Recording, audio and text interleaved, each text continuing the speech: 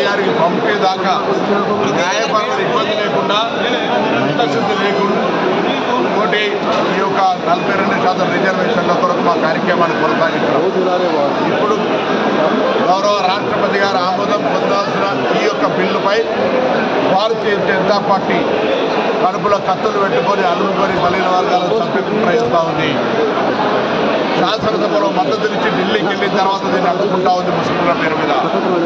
ఇవాళ కిషన్ రెడ్డి గారిని అడుగుతా ఉన్న కేంద్ర మంత్రి, మీరు తప్పులుంటే సవరించి మీరు ఈ యొక్క 42 తెలంగాణకు ఆమోదింపు చేసి బీసీలకు న్యాయం చేస్తున్న మీరు బలహీన వర్గాల వ్యతిరేకి రామచంద్రరావు చేసే ధర్నాలో పాల్గొని మీరు కూడా బలహీన వర్గాల వ్యతిరేకిగా మారుతా ఉన్నారు. ఇలా ఆనాడు తెలంగాణ ఉద్యమం ఏ విధంగా కొనసాగిందో ఈరోజు బలహీన వర్గాల రిజర్వేషన్ సాధన కొరకు కూడా పార్టీల కన్నా ఉద్యమం కొనసాగుతుంది. మీ బీజేపీలో ఉన్నటువంటి బీసీ ఎంపీలను, మంత్రులు, నాయకులందరినీ కోరుతా ఉన్నాం. ఈ రిజర్వేషన్ అనేటువంటిది ప్రజాస్వామికంగా చట్టబద్ధంగా అన్ని రకాల సర్వేల తర్వాత చేస్తూ ఉన్నాం.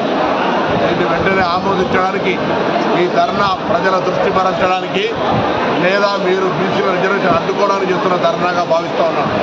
మీరు రిజర్వేషన్లు సాధించాలనుకుంటే ఈ ధర్నా ఢిల్లీలో చేయండి, లేదా బీసీ అని చెప్పుకుంటున్న ప్రధానమంత్రిని ఒప్పియండి. కేంద్రంలో అధికారంలో ఉన్నారు, రాజకీయపరమైన ధర్నాలు వద్దు. నిజంగా చిత్తశుద్ధులు బీసీలకు న్యాయం చేయాలంటే ఢిల్లీ నాయకత్వం ఒత్తిడి తెమ్మని బీజేపీ నాయకత్వాన్ని డిమాండ్ చేస్తాం. ప్రభుత్వం స్థానిక సంస్థల ఎన్నికలు జరపాలని కోర్టులు కూడా అటువంటి ఆదేశాలు ఇచ్చి కేంద్రం నుంచి వచ్చే నిధులు రాకున్నప్పటికీ కూడా 42% రిజర్వేషన్లతో మేము ఎన్నికలకు పోవాలని నిర్ణయించుకున్నాం. ఎటువంటి మార్పు లేదు. అందుకే భారతీయ జనతా పార్టీని డిమాండ్ చేస్తూ ఉన్నాం. గవర్నర్ గారు ఆమోదింపజేసి పంపిన రాష్ట్రపతి గారి దగ్గర పెండింగ్ బిల్లును వెంటనే ఆమోదింపజేసే బాధ్యత భారతీయ జనతా పార్టీ నాయకత్వంది, బీసీ ఎంపీలు 5 కిషన్ రెడ్డి గారిది, నరేంద్ర మోడీ గారిది.